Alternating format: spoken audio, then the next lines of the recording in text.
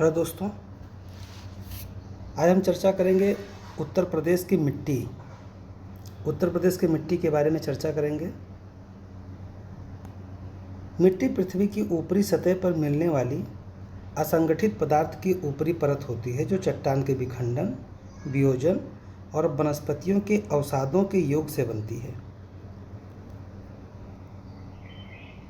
इसको दो भागों में विभाजित किया जा सकता है, एक गंगा के विशाल मैदान के नूतन क्षेत्र को और दूसरा दक्षिणी पठार क्षेत्र में, जिसमें बुंदेलखंड, बघेलखंड आदि आता है। तो गंगा के विशाल मैदान की जो मिट्टी है यह लगभग संपूर्ण मृदा को दो भागों में विभाजित करता है। एक है बांगर या पुरानी जलोढ़ मिट्टी और दूसरा है खादर या नवीन जलोढ़ मिट्टी। यानी प्राचीन जलोढ़ मिट्टी, जिसे कॉप मिट्टी के रूप में जाना जाता है, इसे बांगर कहते हैं। यानी यह उपजाऊ नहीं रह जाती है, ढेर बन चुका होता है। और नवीन जलोढ़ मिट्टी, इसे खादर कहते हैं, यह उपजाऊ होता है। बांगर मिट्टी परिपक्व में फास्फोरस, चूना एवं ह्यूमस की पर्याप्त मात्रा पाई जाती है, जबकि नाइट्रोजन, पोटास आदि पदार्थों की कमी पाई जाती है। बांगर मिट्टी को दोमट, मटियारी, बलुई,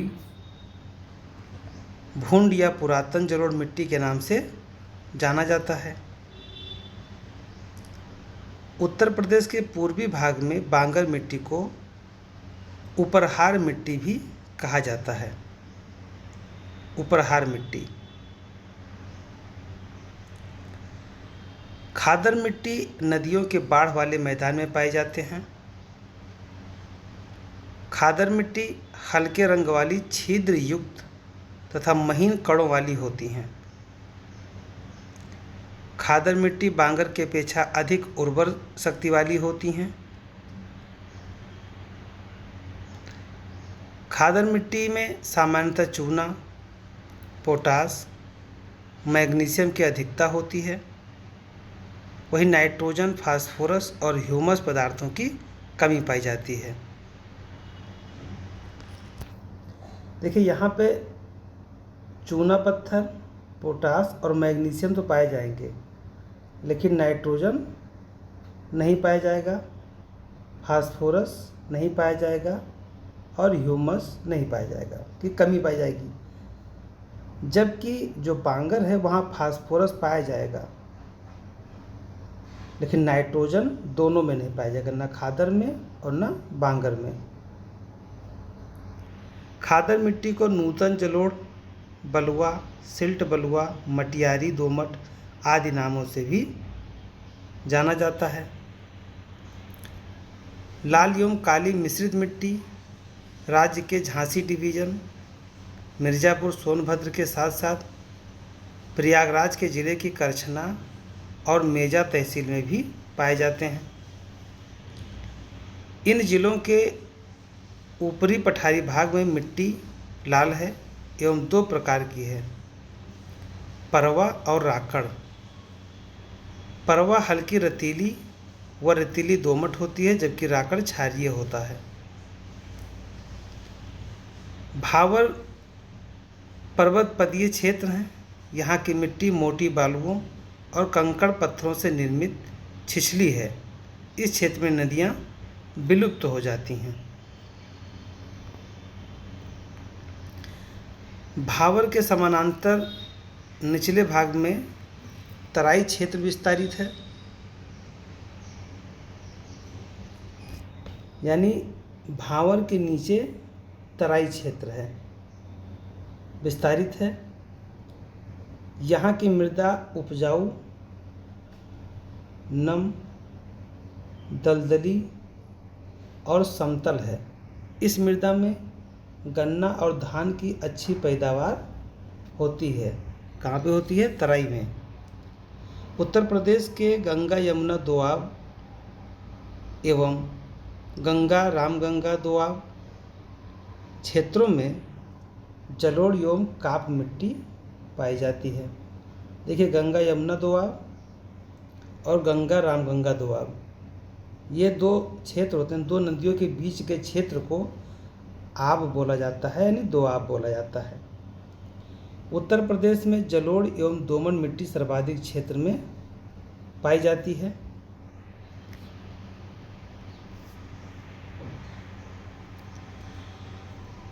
उत्तर प्रदेश में दोमट एवं बलुई मिट्टी को क्षेत्रीय भाषा में सिक्टा, करियाल एवं धनका भी कहते हैं। सिक्टा, करियाल और धनका कहा जाता है। किसे कहते हैं? दोमट एवं बलुई मिट्टी को। इस क्षेत्र में बांगर मिट्टी ऊंचे मैदानी भागों में पाई जाती है, जहां बाढ़ के समय नदियों का जल नहीं पहुंचता है। गंगा यमुना तथा उनकी सहायक नदियों के बाढ़ वाले क्षेत्रों में प्लाइस्टोसीन युग में निर्मित बलुई मिट्टी 10 से 12 फीट ऊंची टीलों को भूड़ कहते हैं। भूड़ हल्की दोमट एवं मिश्रित बलुई मिट्टी होती है। अब देखते हैं बुंदेलखंडीय मिट्टी किस प्रकार की होती है।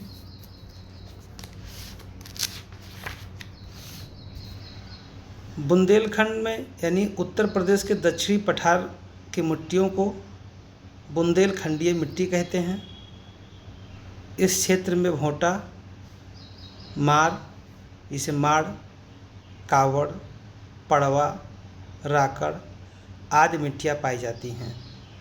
यानी बुंदेलखंड क्षेत्र की जो पठारी मिट्टी है उसे भोटा, माड़, कड़वा, फड़वा, कावड़, राकड़ इस सब नामों से जाना जाता है। इस क्षेत्र को काली मृदा को करेल, कपास व रेगुर के नाम से जाना जाता है। यानी काली मिट्टी को करेल भी कहते हैं, कपास और रेगुर के नाम से जानते हैं। प्रदेश के जालौन, झांसी, ललितपुर, हमीरपुर जिलों में काली मृदा का विस्तार होने के कारण यहाँ चना, गेहूँ, अरहर, तिलहन की अच्छी उपज देखी जाती है। खादर, यह नवीन जलोढ़ और कछारी, दोमट, मटियारी, सिल्ट, बलुआ इसे अन्य स्थानीय नाम से जानते हैं। बांगर को पुरानी जलोढ़, उपरहार मृदा, दोमट, मटियार, बलुई मृदा के नाम से जानते हैं। ऊसर भूमि, रेह, बंजर, कल्लर ये लवड़ीय क्षारीय होते हैं। बलुई मिट्टी भूड़ कहलाते हैं, जो ऊंचे टीलों पाए जाते हैं। काली मिट्टी को रेगुर, करेल या कपास मृदा के नाम से जानते हैं। बुंदेलखंड क्षेत्र की मिट्टी लाल मृदा, पड़वा, माड़, राकड़ मृदा, भोटा आदि नामों से जानते हैं।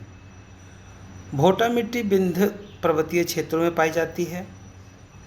मार या माड़ मिट्टी काली मिट्टी है, इसे रेगुर मिट्टी के नाम से जानते हैं। यह चिकनी होती है।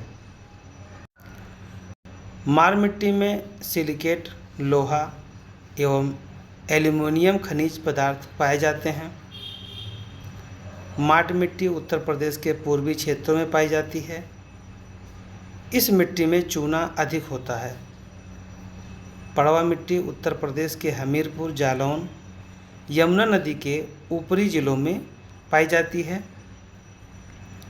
पड़वा मिट्टी हल्की लाल रंग की होती है। राकड़ मिट्टी या दक्षिण पर्वतीय या पठारी ढलानों पर पाई जाती है। लाल मिट्टी उत्तर प्रदेश के मिर्ज़ापुर, सोनभद्र जिलों में झांसी में पाई जाती है। लाल मिट्टी का निर्माण बालू में लाल शैलों के अपक्षय से हुआ है। लाल मिट्टी का विस्तार बेतवा, धसान नदियों के जल प्लावित क्षेत्रों में पाया जाता है, यानी यहाँ पे ज़्यादा जल होते हैं। लाल मिट्टी में नाइट्रोजन, जीवाश्म, फास्फोरस और चूना खनिजों की कमी पाई जाती है। लाल मिट्टी में गेहूं, चना, दलहन आदि फसलें उगाई जाती हैं। ऊसर एवं रेह मिट्टी उत्तर प्रदेश के अलीगढ़, मैनपुरी और कानपुर, सीतापुर, उन्नाव, एटा, इटावा, रायबरेली, लखनऊ जिलों में पाई जाती है। ये लवण से प्रभावित होते हैं। रेह युक्त या क्षारीय ऊसर भूमि को उत्तर प्रदेश में अधिक विस्तार है। वहीं बंजर या भाट नामक मृदा उत्तर प्रदेश के गोरखपुर, बस्ती, महाराजगंज, कुशीनगर, सिद्धार्थनगर, गोंडा जिला में पाया जाता है। बंजर मिट्टी चिकनी और बलुई चिकनी दोनों प्रकार की होती है। इसमें चूना अपेक्षाकृत कम पाए जाते हैं। ध्यान रहे, जो बंजर मिट्टी है ये चिकनी और बलुई दोनों प्रकार की होती है, लेकिन इसमें चूना का अभाव पाया जाता है। यानी यदि इसमें चूना मिलाया जाए तो इसे उपजाऊ बनाया जा सकता है और पानी की मात्रा भी दी जाए। जल प्लावित नदी के किनारे पाए जाने वाली मिट्टी को उत्तर प्रदेश में ढूंढ कहते हैं। उत्तर प्रदेश में क्या कहते हैं? ढूंढ के नाम से जाना जाता है। उत्तर प्रदेश के उत्तर पूर्व में स्थित कुशीनगर जिले की मिट्टी को स्थानीय भाषा में भाट कहते हैं। इस मिट्टी में मोटे अनाज वाली फसलें उगाई जाती हैं। टरसेरी मिट्टी उत्तर प्रदेश में शिवालिक पहाड़ी क्षेत्रों में पाई जाती है। यह मिट्टी चाय की खेती के लिए उपयुक्त है। उत्तर प्रदेश के उत्तर पश्चिम भाग में मिट्टी में फास्फेट खनिज की कमी पाई जाती है। उत्तर प्रदेश के जौनपुर, आजमगढ़ और मऊ जनपदों की मृदा में पोटास की कमी पाई जाती है। मृदा अपरदन जल बहाव अथवा वायु के वेग या हिम के पिघलने से एक स्थान की मिट्टी का अन्यत्र स्थान पर चला जाना मृदा अपरदन कहलाता है। यानी सीधी भाषा में कहें कि जो कहीं की मिट्टी काट करके कहीं अलग पहुंचा दिया जाए तो उसे मृदा अपरदन कहते हैं। माध्यम पानी भी हो सकता है, वायु भी हो सकता है। उत्तर प्रदेश में वायु अपरदन प्रदेश में पश्चिमी क्षेत्र ज़्यादा प्रभावित हैं। वहीं जलीय अपरदन से पूर्वी क्षेत्र और दक्षिणी क्षेत्र अधिक प्रभावित हैं। चंबल नदी अधिग्रहण क्षेत्र में अवनलिका अपरदन सर्वाधिक होता है, जिसमें सर्वाधिक उत्तर प्रदेश का जो इटावा जिला है वह प्रभावित होता है। इसके कारण आगरा, इटावा, जालौन में भी बीहड़ पाए जाते हैं। जबकि वायु मार्ग से देखा जाए तो आगरा और मथुरा के ज़िले प्रभावित हैं, क्योंकि इसमें लिखा नहीं है, लेकिन आप जान लीजिए कि जलीय से जहाँ चंबल नदी या इटावा ये सब ज़िले प्रभावित हैं, वहीं हवा से जो राजस्थान की हवा आती है रेतीली, वह आगरा और मथुरा को प्रभावित करती है। उत्तर प्रदेश की प्रमुख मिट्टी पर्वत पदीय जलोढ़ मिट्टी, यानी क्रम में आप देख लें तो पहले पर्वत पदीय है जिसे भावर कहते हैं, फिर तराई मृदा है, फिर जलोढ़ मृदा है, फिर लाल व पीली मिट्टी है, फिर मिश्रित लाल और काली मिट्टी है, फिर मध्य काली मिट्टी है, फिर कैल्शियम युक्त मृदा है, फिर लवण प्रभावित मृदा है, फिर लाल बलुई मृदा है। यानी कि 9 प्रकार की मिट्टी उत्तर प्रदेश में पाई जाती है, जो उपयुक्त रूप में लिखा हुआ है। उत्तर प्रदेश के पश्चिमी क्षेत्र में अवनलिका अपरदन, दक्षिणी क्षेत्र में रील अपरदन और पूर्वी एवं उत्तरी क्षेत्र में परत अपरदन के विशेष रूप से प्रभावी है। उत्तर प्रदेश में मृदा अपरदन के मुख्य कारण मानसूनी वर्षा की प्रकृति, वनों का अभाव तथा ढाल की तीव्रता आदि है। यानी यहाँ पे जो मृदा अपरदन होता है उसका प्रमुख कारण है मानसून, वन का अभाव और ढाल का तीव्र होना। वायु अपरदन से उत्तर प्रदेश के सर्वाधिक प्रभावित जिले हैं मथुरा और आगरा। जलीय अपरदन से उत्तर प्रदेश का सर्वाधिक प्रभावित क्षेत्र है हिमालय का तराई प्रदेश।